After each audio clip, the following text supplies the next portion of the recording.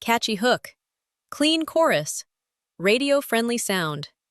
And then there are these songs. Tracks that sound too weird, too slow, too serious, too silly, or just too different to ever dominate the charts. Songs about heartbreak with no beat, spoken word ballads, anti-war anthems, foreign language tracks, even songs that sound like jokes on first listen. And yet, somehow, they didn't just survive, they blew up. Against all odds, these unconventional songs captured the public's imagination, topped charts, broke records, and embedded themselves into pop culture history. Some were misunderstood at first. Some were accidental hits. Others became iconic precisely because they ignored every rule of what a hit song was supposed to be. Whether it was strange lyrics, unexpected genres, or concepts that shouldn't have worked, but did, these tracks prove that music doesn't need a formula to connect. Sometimes, all it takes is the right moment, the right emotion, or the right level of weird. So let's celebrate the songs that had no business becoming massive hits, and did it anyway. Let's count them down. Number 20.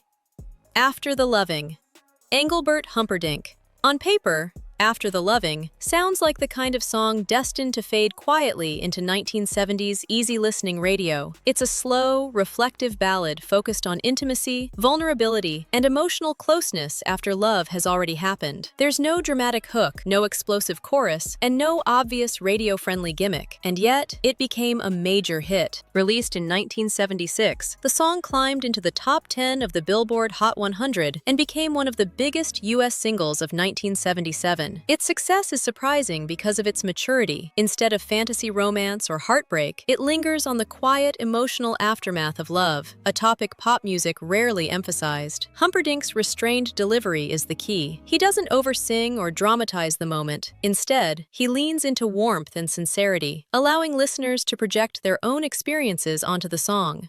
In a disco-dominated era, that honesty proved unexpectedly powerful.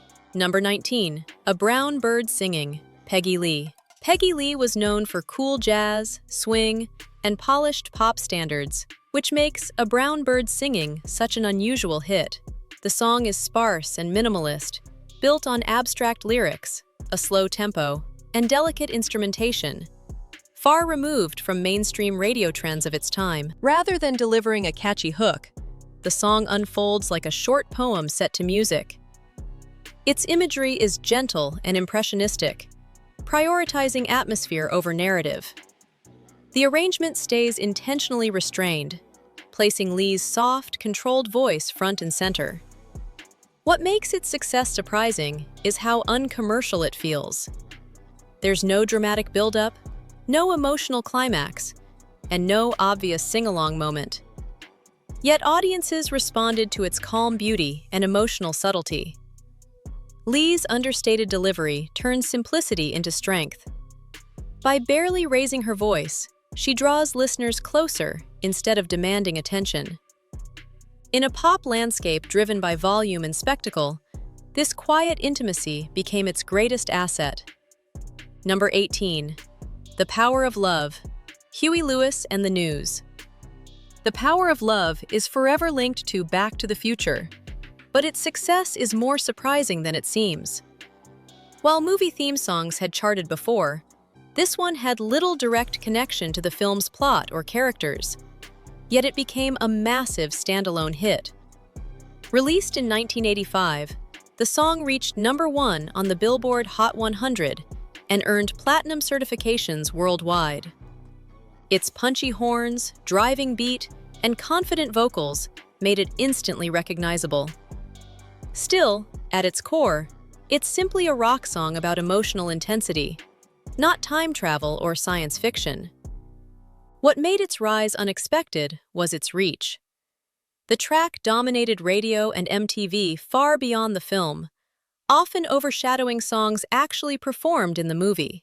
That kind of crossover success wasn't guaranteed. By keeping its message universal rather than narrative-specific, The Power of Love thrived independently, becoming one of the defining rock anthems of the 1980s. Number 17. Mr. Brightside, The Killers. Few songs defy chart logic like Mr. Brightside. Despite never reaching number 1 in most major markets, it has become one of the most enduring songs of the 21st century. Released in 2003, the track centers on jealousy, paranoia, and emotional insecurity. Hardly typical ingredients for a crowd-pleasing hit. And yet, audiences embraced it. In the UK especially, it became a cultural phenomenon, spending hundreds of weeks on the charts and becoming one of the most streamed songs of all time. Its success is unexpected because the lyrics offer no closure or growth. Instead, they trap the listener inside an obsessive emotional moment. That raw honesty is exactly what makes it resonate. Musically, its driving rhythm and escalating intensity make it irresistible in live settings. Over time, Mr. Brightside evolved into a communal ritual, shouted rather than sung, proving that longevity often matters more than peak chart position. 16. War. Edwin Starr, a protest song shouting, "Absolutely nothing!" in response to, "What is war good for?" Doesn't sound like hit material, yet War became one of the most iconic songs of its era. Originally recorded by The Temptations, the song exploded in popularity through Edwin Starr's 1970 version. His aggressive vocals and confrontational delivery captured the anger of the Vietnam War era with zero ambiguity. Unlike metaphor-heavy protest songs, War is blunt, direct, and unapologetic. That honesty made its mainstream success surprising. Protest music often struggles on pop radio, especially when it challenges political power so openly. Still, the song reached number 1 on the Billboard Hot 100. Ironically, it was later used in action films and sports montages, detached from its original message. But its rise proved that raw anger, when delivered with clarity and energy, can resonate far beyond activist circles. Number 15. Everybody, Backstreet's Back, Backstreet Boys. A song announcing a band's return isn't usually hit material, especially when that band never actually went anywhere. And yet, Everybody, Backstreet's Back, became one of the Backstreet Boys' most iconic tracks. The premise alone is strange. A celebratory comeback anthem released while the group was still actively dominating pop charts. What truly pushed the song into pop culture history was its theatrical flair. The gothic chords, dramatic build-up, and instantly recognizable chorus made it larger than life. Then there was the music video, featuring the band as classic movie monsters inside a haunted mansion, which only amplified its weird charm. Despite the odd concept, the song went platinum in multiple countries and became a staple of late 90s pop. It proved that confidence, spectacle, and a massive hook could override logic entirely. Everybody shouldn't have worked, but it absolutely did. 14. House of the Rising Sun, The Animals. A centuries-old folk song about sin, regret, and a New Orleans brothel doesn't scream chart-topping hit. But when the Animals released their haunting electric version in 1964, everything changed. Their adaptation transformed a traditional ballad into a dark, brooding rock anthem. The song's slow build, dramatic organ line, and Eric Burdon's anguished vocals gave it an emotional intensity that felt revolutionary at the time. Unlike earlier folk versions, this take leaned fully into despair rather than storytelling. Even more surprising, the song reached number 1 in both the US and the UK. Its bleak subject matter didn't hold it back. Instead, it gave the track authenticity and edge. House of the Rising Sun proved that mainstream audiences were willing to embrace darkness, as long as the emotion felt real. Number 13. Driver's License, Olivia Rodrigo. On the surface, Driver's License sounds too quiet and emotionally heavy to dominate pop radio. There's no big beat drop, no flashy production, and no club-ready hook. Instead, it's a slow, piano-driven heartbreak confession from a teenager processing her first major emotional loss.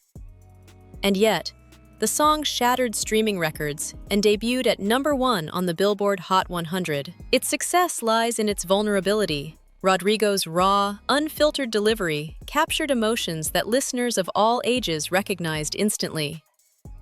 Rather than chasing trends, the song leaned into sadness, longing, and nostalgia.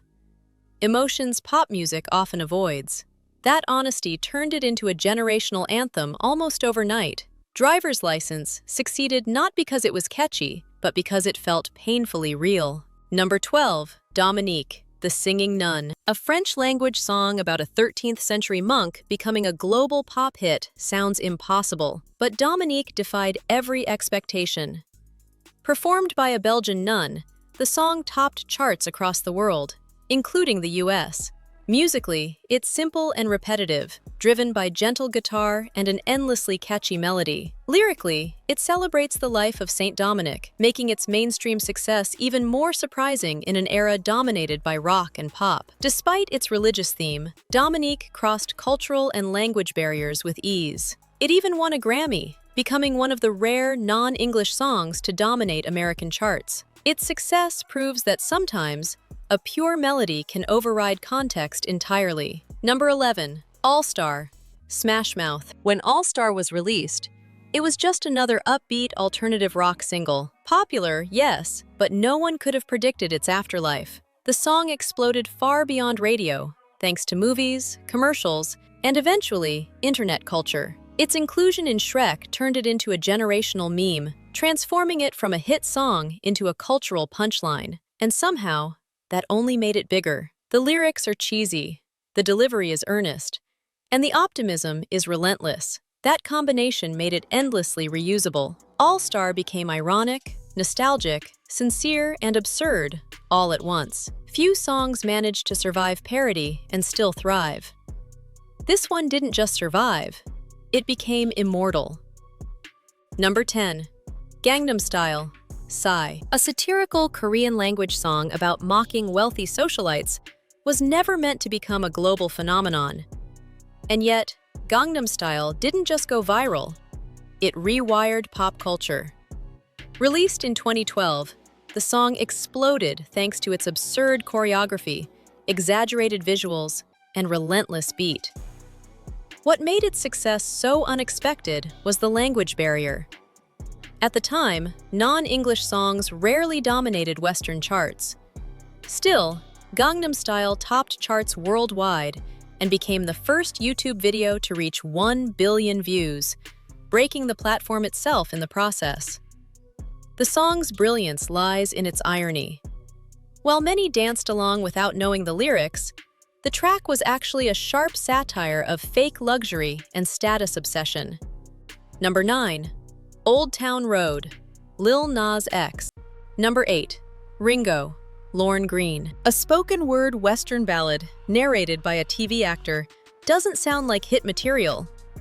Yet Ringo, performed by Lorne Greene, became a massive success in the 1960s. The song isn't sung so much as dramatically recited, telling the tragic story of an outlaw named Ringo. There's no beat-driven hook, no pop chorus, and no romantic payoff. Just atmosphere, storytelling, and inevitability. And still, it climbed charts internationally. Its appeal came from timing.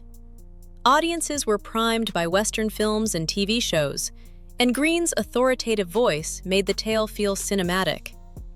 The song blurred the line between music and radio drama. Number 7, She's Like the Wind, Patrick Swayze. Actors occasionally release music, but very few score legitimate hits. Patrick Swayze did exactly that with She's Like the Wind. The ballad, featured in Dirty Dancing, surprised audiences not just by charting, but by working. Swayze co-wrote the song years earlier, and its emotional vulnerability stands in contrast to his tough guy screen persona.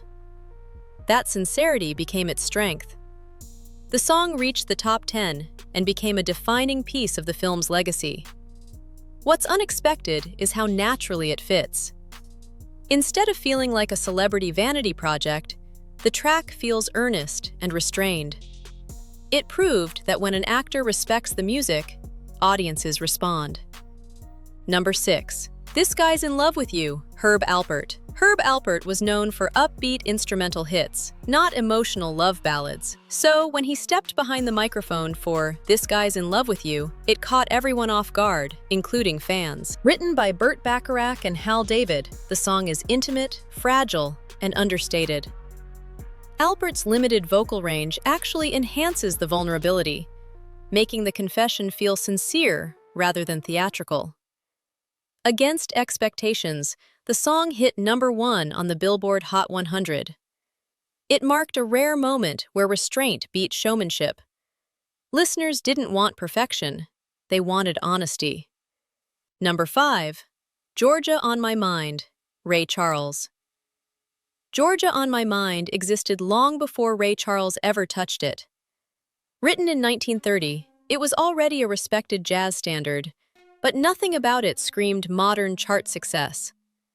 That changed in 1960, when Ray Charles completely redefined the song. His version stripped away the polite jazz delivery and replaced it with deep soul, gospel influence, and emotional weight.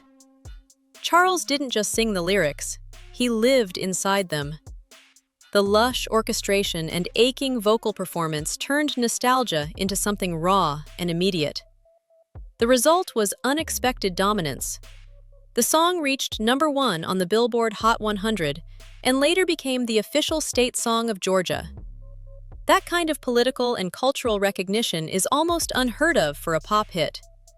What makes its success surprising is that it wasn't trendy or youthful. Number 4. MacArthur Park, Richard Harris. A 7-minute song about heartbreak, metaphors, and a cake left out in the rain should not work. Add in the fact that it was performed by an actor rather than a singer, and MacArthur Park sounds like a guaranteed failure. Instead, it became a massive hit. Released in 1968, Richard Harris's dramatic spoken-sung delivery turned the song into a theatrical experience. The lyrics are famously abstract, emotional, and borderline confusing, yet audiences were completely captivated. The song reached #2 on the Billboard Hot 100 and later inspired countless covers, including Donna Summer's disco version, which also became a hit. Somehow, the song's excess became its strength. MacArthur Park succeeded not because it made sense, but because it committed fully to emotion. Number 3. Oh Happy Day, Edwin Hawkins Singers. A gospel hymn written in the 18th century isn't supposed to become a pop sensation, but Oh Happy Day did exactly that. Edwin Hawkins transformed the traditional religious song into a joyful, modern gospel anthem. With its call and response structure, upbeat tempo, and radiant energy, the song crossed from church choirs into mainstream radio. It climbed charts around the world and sold millions of copies, becoming one of the most successful gospel songs of all time. What made its success unexpected was its spiritual directness. The song never hides its religious message, it celebrates it openly. Yet listeners of all backgrounds embraced its positivity and emotional release. Oh Happy Day proved that music rooted in faith could still unite secular audiences, as long as the joy was genuine. Number 2. My Sweet Lord, George Harrison. After the Beatles, expectations were sky high. But no one expected George Harrison's biggest solo hit to be a spiritual mantra. My Sweet Lord blends Christian and Hindu devotion, complete with repeated Hare Krishna chants. That alone made its success unlikely. Yet the song became the first solo #1 hit by a former Beatle, topping charts worldwide in 1971. Its layered guitars, slow building structure, and meditative repetition gave it a hypnotic quality. Rather than alienating listeners, the spirituality drew them in. The song felt sincere, searching, and emotionally open. Even controversy over similarities to another song couldn't erase its impact. My Sweet Lord showed that mainstream audiences were willing to follow an artist into deeply personal territory, even when that territory was religious. Number 1.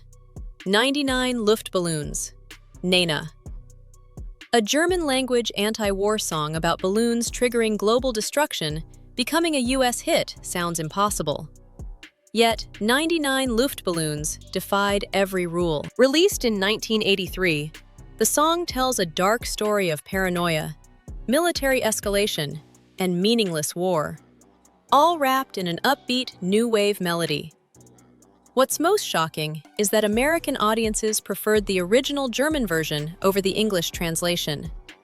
The song reached number 2 on the Billboard Hot 100, making it one of the most successful foreign-language songs in US history. Its cheerful sound contrasted sharply with its grim message, making it unforgettable. If you enjoyed this countdown, give the video a like and subscribe for more surprising deep dives into music history.